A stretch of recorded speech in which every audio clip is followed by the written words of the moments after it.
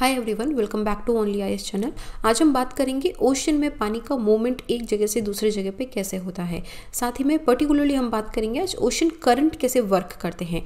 जब हम ocean current की बात करते हैं which means we are talking कि एक जगह से दूसरी जगह पे ओशन के अंदर लाइक अ रिवर पानी किस तरीके से फ्लो कर रहा है।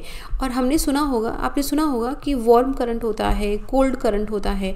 तो वार्म एंड कोल्ड करंट क्या होते हैं, कहाँ से ये ओरिजिनेट हो रही है, इनके पीछे ओरिजिन स्टोरी क्या है इनकी। और इसके साथ ही में जो हमारा करंट होता है, जो सरफेस करंट होता है, वो सिर्फ ओशन का टॉप 10% पोर्शन पे ही कवर अप होता है।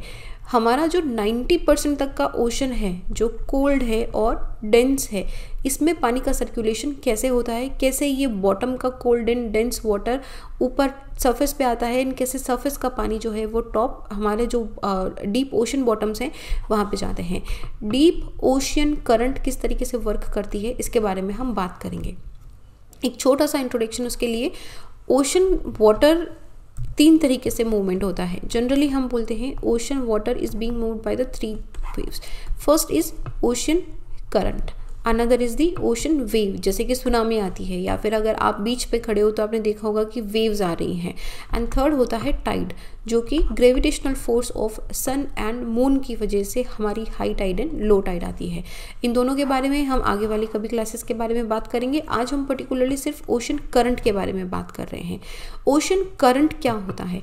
ओशन करंट इज लाइक एक ओशन के अंदर एक certain mass of water, ocean के अंदर ही एक सर्टेन मास ऑफ वाटर, एक सर्टेन पोर्शन एक डेफिनेट डायरेक्शन के अंदर मूवमेंट कर रहा है। ये बहुत सिमिलर होता है जैसे कि एटमॉस्फेरिक सर्कुलेशन होता है, तो हमारी विंड हाई प्रेशर से लो प्रेशर की तरफ मूवमेंट करती है। लेकिन अर्थ के कोरोलियस फोर्स क्या होता है?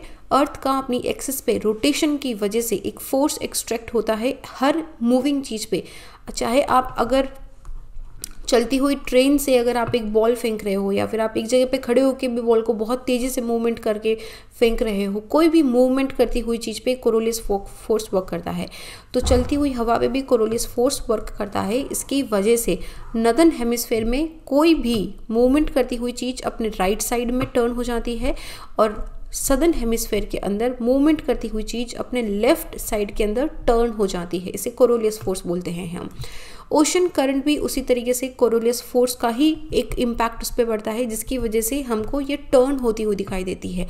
अगर ये कोरोलियस फोर्स नहीं होती तो हमारी ओशन करंट इस तरीके से straight from equator to pole and pole to equator की तरफ जा रही होती।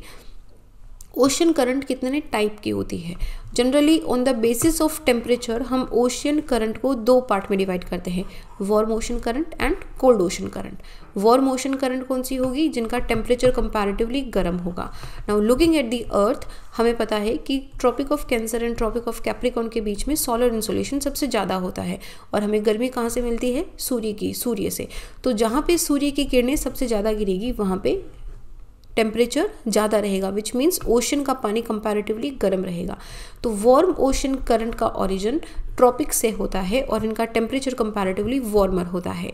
सेकेंड टाइप होती है हमारी कोल्ड ओशन करंट। ये कहाँ पे ओरिजिनेट होगी? ये हाई लैटिट्यूड एरिया के अंदर, near to the polar area ये ओरिजिनेट होती है, और ये पोलर एरिया से इक्वेटर एरिया की तरफ चलती है। इनके बारे में बात करेंगे, पर उससे पहले क्लासिफिकेशन ऑफ ओशन करंट में एक और टाइप आता है जिसे हम बोलते हैं कि on the basis of depth, कि क्या वो ऑन द सरफेस, ओशन की सरफेस पे चल रही है या फिर डीप ओशन में चल रही है।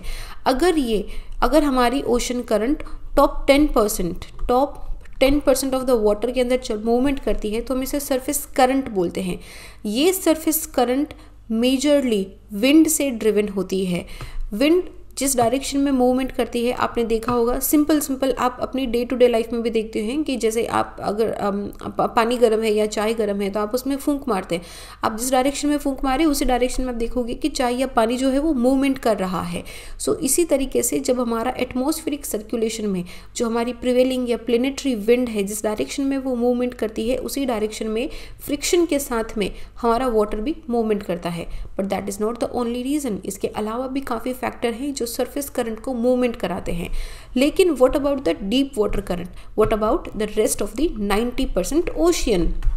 इस 90% ओशन में विंड का इम्पैक्ट नहीं होता, यहाँ पे सोलर इंसोलेशन भी नहीं आता है, तो यहाँ पे पानी कैसे मूवमेंट करता है? डीप सर्कुलेशन या फिर हमारा बॉटम सर्कुलेशन जो है ये जनरली डेंसिटी ड्रिवन होता है या फिर ग्रेविटी ड्रिवन होता है। एक पहले वाला हमने लेक्चर देखा था जिसपे हमने ओशन की बॉटम टोपोग्राफी के बारे में बात करी थी ना। ओशन का बॉटम फ्लैट तो है नहीं, यहाँ पे डिफरेंट फीचर्स हैं, तो उन फीचर्स की वजह से एंड डेंसिटी की वजह से, जिसको अभी हम समझेंगे, हमारा ओशन करंट मूवमेंट करता है। Now understand a simple concept of density and salinity. Temperature का कॉन्सेप्ट आपको समझ में आया होगा कि जहाँ पे सोलर इंसुलेशन जितनी ज़्यादा होगी पानी उसको एब्जॉर्व करेगा और वहाँ पे टेम्परेचर उतना ही हाई हो जाएगा। अब एक बहुत सिंपल सा कॉन्सेप्ट होता है कि अगर टेम्परेचर हाई हो रहा है तो हम सी लेवल राइज में भी पढ़ते हैं कि पानी का थर्मल एक्सपेंशन होता है, विच मीन्स पानी क्या हो रहा है, एक्सपेंड हो रहा है, विच मीन्स उसका डेंसिटी क्या होगा, कम होगा। ठीक है, एक ये सिंपल चीज़ ध्यान रखना कि जहाँ पे भी पानी गर्म हो रहा है, थर्मल एक्सपेंशन हो रहा है, पानी स्प्रेड हो रहा है, उसका वॉल्यूम इंक्रीज हो रहा है, उसकी डेंसिटी क्या होगी, डिक्लाइन होगी। One point is with the temperature.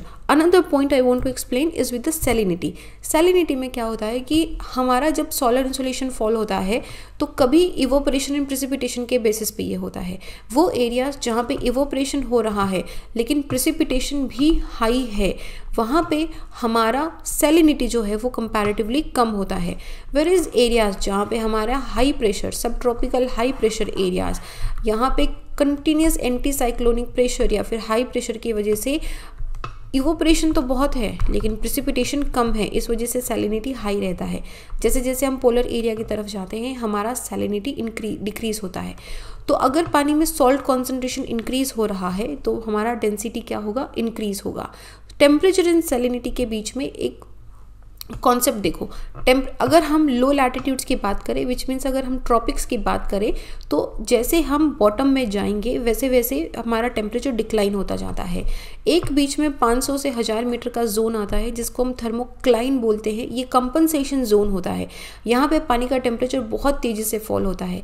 Where is high latitude पे, क्योंकि यहाँ पे ऑलरेडी सोलर इंसुलेशन कम है, सी सरफेस टेम्परेचर ऑलरेडी हाई है, तो यहाँ पे थर्मोक्लाइन में ज़्यादा डिक्लाइन नहीं होता है। So that is the temperature profile of the ocean. आपको दो चीज़ें ध्यान रखनी है, लो लैटिट्यूड में बहुत तेज़ी से डिक्लाइन हो रहा है, वेयर इज हाई लैटिट्यूड में यहाँ पे डिक्लिनेशन जो है वो काफ़ी कम हो रहा है। तो सैलिनिटी में किस तरीके से चेंज होगा, इवोपरेशन अगर सिर्फ बहुत ज़्यादा हो रहा है तो डेंसिटी क्या हो जाएगी, हाई हो जाएगी। अगर प्रेसिपिटेशन ज़्यादा है तो डेंसिटी क्या हो जाएगी, डिक्लाइन हो जाएगी। आइस फॉर्मेशन में क्या होता है, आइस जब पानी के अंदर, ओशन के अंदर फॉर्म होती है तो सिर्फ ये फ्रेश वाटर एटम्स को लेके इसको फॉर्म करते हैं। इसकी वजह से यहाँ पे डेंसिटी इंक्रीज हो जाती है क्योंकि सॉल्ट कंटेंट पीछे बच जाता है। तो अब देखो इक्वेटर पे क्या हो रहा है, सोलर इंसुलेशन की वजह से थर्मल एक्सपेंशन हो रहा है, डेंसिटी लो है यहाँ पे, ठीक है, सैलिनिटी भी लो है यहाँ पे। यहाँ से पानी नॉर्थ पोल की तरफ, यहाँ पे हाई सैलिनिटी की वजह से क्या हो रहा है, डेंसिटी हाई हो गई है, राइट। पानी का डेंसिटी, पानी का घनत्व ज़्यादा हो गया है ये, और ये हेवी वाटर क्या करेगा, सिंक करेगा। भारी चीज़ें सिंक करती है तो ये हेवी वाटर यहाँ पे सिंक करेगा।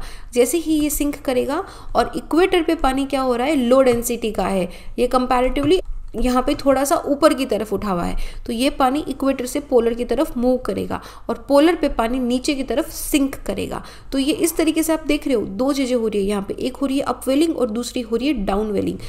जब ये पानी नीचे की तरफ सिंक करता है इसे हम बोलते हैं डाउन वेलिंग, और जब नीचे का कोल्ड एंड डेंस वाटर ऊपर की तरफ ऑन दिस सरफेस आने की कोशिश करता है तो इसे हम बोलते हैं अप वेलिंग। दो चीज़ें ध्यान रखनी है, ओशन बॉटम हमेशा कोल्ड एंड डेंस वाटर रहेगा, यहाँ पे पानी में न्यूट्रिएंट्स हैं उनकी कॉन्सेंट्रेशन ज़्यादा रहती है। तो जब अपवेलिंग होती है तो cold dense and nutritious water on the surface आ जाता है। तो जहाँ जहाँ पे भी अपवेलिंग होती है वो one of the best fishing ground होते हैं, जैसे कि हमारी पेरुवियन करंट के पास में होता है, ठीक है। और जहाँ जहाँ पे डाउनवेलिंग होगी वहाँ पे सरफेस का वार्म लाइटर वाटर, ठीक है, वो नीचे क्या कर रहा है, सिंक, ये ओशन बॉटम में जा रहा है, ये वार्म वाटर है, I would not call it a lighter water, but ये वार्म वाटर डीप ओशन में जा रहा होता है। सो इस तरीके से हमारा क्या होता है, पूरा सर्कुलेशन होता है। तो ये जो डाउन वेलिंग है, जो सिंकिंग मैं आपको बता रही हूँ, ये 3 जगह पे होती है, 2 जगह यहाँ पे नॉर्थ पैसिफिक में और एक हमारी सदर्न ओशन के अंदर होती है। अब नॉर्थ पैसिफिक से ये पानी नॉर्थ अटलांटिक सब सरफेस करंट बनाता हुआ इक्वेटर की तरफ मूवमेंट करता है, और सदर्न ओशन के अंदर ये पानी डिफरेंट ओशंस के अंदर सर्कुलेट करता है। अब ये जो सर्कुलेशन हो रहा है, डेंसिटी ड्रिवन सर्कुलेशन, यही हमारा थर्मोहलाइन सर्कुलेशन बनाता है। ये डीप ओशन करंट डेंसिटी और टेम्परेचर ग्रेडियंट एंड ग्रेविटी की वजह से चलता है। तो जो पानी सिंक हुआ है वो नीचे की तरफ मूवमेंट करना स्टार्ट करेगा। यहाँ पे देखो, ये 3 वो पॉइंट हैं जहाँ पे पानी क्या हो रहा है, सिंक हो रहा है, नीचे जा रहा है डीप ओशन बॉटम में, और ये पूरा सर्कुलेशन होता है। धीरे धीरे ये पानी ऑन द बॉटम कहीं पे अपवेलिंग होगा, अपवेलिंग जहाँ पे होगा वहाँ पे ये डीप ओशन करंट ऊपर ऑन द सरफेस आ जाएगा और ये पूरे सर्कुलेशन को कंप्लीट करता है। ये होता है हमारा थर्मोहलाइन सर्कुलेशन, राइट। अच्छा, अब थर्मोहलाइन सर्कुलेशन के बाद में हमारा सेकेंड पॉइंट था कि surface current warm and cold क्या होती है। जो इक्वेटर से होके करंट हमारी पोलर की तरफ जा रही है वो वार्म करंट होगी। अब यहाँ पे आप देखो, इसी डायग्राम में मैं आपको एक्सप्लेन करना चाहूँगी। हमारी जो अर्थ है वो अपने रोटेशन पे वेस्ट टू ईस्ट डायरेक्शन में मूवमेंट कर रही है। आप यहाँ पे इमेजिन करो कि हमारा एक ट्रेड विंड का भी हम इमेजिन कर रहे हैं बेल्ट है। तो हमारी यहाँ पे क्या हो रही है, नॉर्थ ईस्टर्न ट्रेड विंड है और सदर्न हेमिस्फीयर से हमारी साउथ ईस्टर्न ट्रेड विंड आ रही है। On the equator north and south trade wind जो है वो एक पॉइंट पे आके मिल रही है and they are moving in this direction from east to west direction. इस ईस्ट टू वेस्ट डायरेक्शन में जब ये चल रही हैं तो अपने साथ में ये ओशन वाटर को भी मूवमेंट करवा रही है। तो आप देखो कि जब यहाँ पे देखो तो ये इक्वेटोरियल करंट बना रही है। ये इक्वेटोरियल करंट जैसे ही अफ्रीकन कॉन्टिनेंट से टकराएगा ये क्या करेगा, इसको क्रॉस करके तो जा नहीं पाएगा, ये यहाँ से बाइफरकेट हो जाएगा। ये बाइफरकेट होके 2 पार्ट में बनते हैं, north equatorial current and south equatorial current, और इन दोनों के बीच में चलती है एक काउंटर इक्वेटोरियल करंट जो इससे टकरा के वापस इसी डायरेक्शन में टर्न हो जाती है। और north and south equatorial current northern and southern hemisphere के अंदर रिस्पेक्टिवली टर्न हो जाती हैं। जैसे कि नॉर्थ इक्वेटोरियल करंट हमारी यहाँ से गल्फ स्ट्रीम में जाती है which is a warm current, जिसकी आगे की branch north Atlantic drift and Norwegian current बनती है। यहाँ पे क्या हो रहा है, सिंकिंग हो रहा है, ये पानी कोल्ड हो गया, डेंस हो गया, यहाँ पे सिंकिंग हो रहा है। जैसे ही ये सिंकिंग जाएगा यहाँ पे क्या होगा, हमारा डीप सर्कुलेशन स्टार्ट हो जाएगा। तो इस तरीके से हमारी ओशन करंट्स मूव करती हैं। इसमें डिफरेंट फैक्टर्स होते हैं, ओशन का खुद का क्या रोल है, एटमॉस्फेयर का क्या रोल है, अर्थ के मूवमेंट का क्या रोल है, जो कि कोरोलिस फोर्स मैंने आपको बताया है। इन सारे फैक्टर्स पे हमारी ओशन करंट एक जगह से दूसरी जगह पे मूवमेंट करती है। ये हमारी major cold and warm current है। मेजर हमारी 8 कोल्ड करंट्स हैं जिनका ओरिजिन पोलर एरिया से होता है। आप यहाँ पे एक चीज़ ध्यान देना, यहीं पे मैं आपको एक बार दिखाना चाहूँगी। मिड लैटिट्यूड्स के अंदर हमारी जो कोल्ड करंट है वो वेस्टर्न साइड ऑफ कॉन्टिनेंट पे है, वेस्टर्न कोस्ट ऑफ कॉन्टिनेंट पे है। इसीलिए हमारे जितने भी मेजर मिड लैटिट्यूड के डेजर्ट एरियाज़ हैं वो आपको वेस्टर्न साइड ऑफ कॉन्टिनेंट में मिलेंगे। ये क्वेश्चन यूपीएससी में पूछा हुआ है, ये क्वेश्चन यूपीएससी में पूछा हुआ है। क्यों है, क्योंकि कोल्ड करंट है। कोल्ड करंट क्या कर रही है, टेम्परेचर लो है, विच मीन्स कि इवोपरेशन हो रहा है बट इतना ज़्यादा नहीं हो रहा है। एंड दिस इज़ क्या हो रहा है, यहाँ पे डिसेंडिंग ऑफ एयर हो रहा है। तो डिसेंडिंग ऑफ एयर से हमारा कंडेंसेशन नहीं होगा, क्लाउड फॉर्मेशन नहीं होगा, यहाँ पे किसी तरह की बारिश नहीं होती है। यहाँ पे all the time anti cyclonic conditions created रहती हैं जिनकी वजह से यहाँ पे ड्राई कंडीशंस रहती हैं। इसीलिए मेजर जो मिड लैटिट्यूड के हमारे डेजर्टेड एरिया हैं उनकी location western side of continent में रहती है। लेकिन अगर आप हाई लैटिट्यूड में पोलर एरिया के पास में देखोगे देन यू वुड फाइंड कि this is on the eastern side of the continent. For example you would see कि लैब्राडोर करंट हमारी ईस्टर्न साइड ऑफ कॉन्टिनेंट में है, बट ये कहाँ पे है, हाई लैटिट्यूड के अंदर है, हमारी टेम्परेट रीजन के अंदर है। For example this Okhotsk current which is on the eastern side of the continent, but mid latitude में हमें western side of the continent के अंदर कोल्ड करंट मिलती है जहाँ पे मेजर डेजर्ट्स मिलते हैं हमें। सिंपल सा कॉन्सेप्ट है but it is important that if you can remember that. Well this is it with the ocean current. आगे हम चलेंगे वेव एंड टाइड के साथ में, जिनको आगे वाले लेक्चर के अंदर हम करेंगे। Thank you very much. If you want to contact us you can personally contact me on Instagram little_simple_बुद्धा, एंड टेलीग्राम पे आप ओनली IAS जियोग्राफी पे हमको ज्वाइन कर सकते हैं। हमारा ओनली IAS पे जियोग्राफी फाउंडेशन का जो कोर्स चल रहा है, इसका लिंक भी आपको डिस्क्रिप्शन बॉक्स में मिल जाएगा। You can click there, you can see the sample lectures and you can definitely join it. If you have any questions you can drop them in the discussion box also. अच्छा, एक बात मैं आपको बता दूं कि हमारा ये जो कोर्स है ये इंग्लिश में है। आप हिंदी मीडियम या इंग्लिश मीडियम के स्टूडेंट हैं, you can definitely take this course. Well this is it, I will see you guys in the next. अपना ध्यान रखिए, स्वस्थ रहिए, जय हिंद।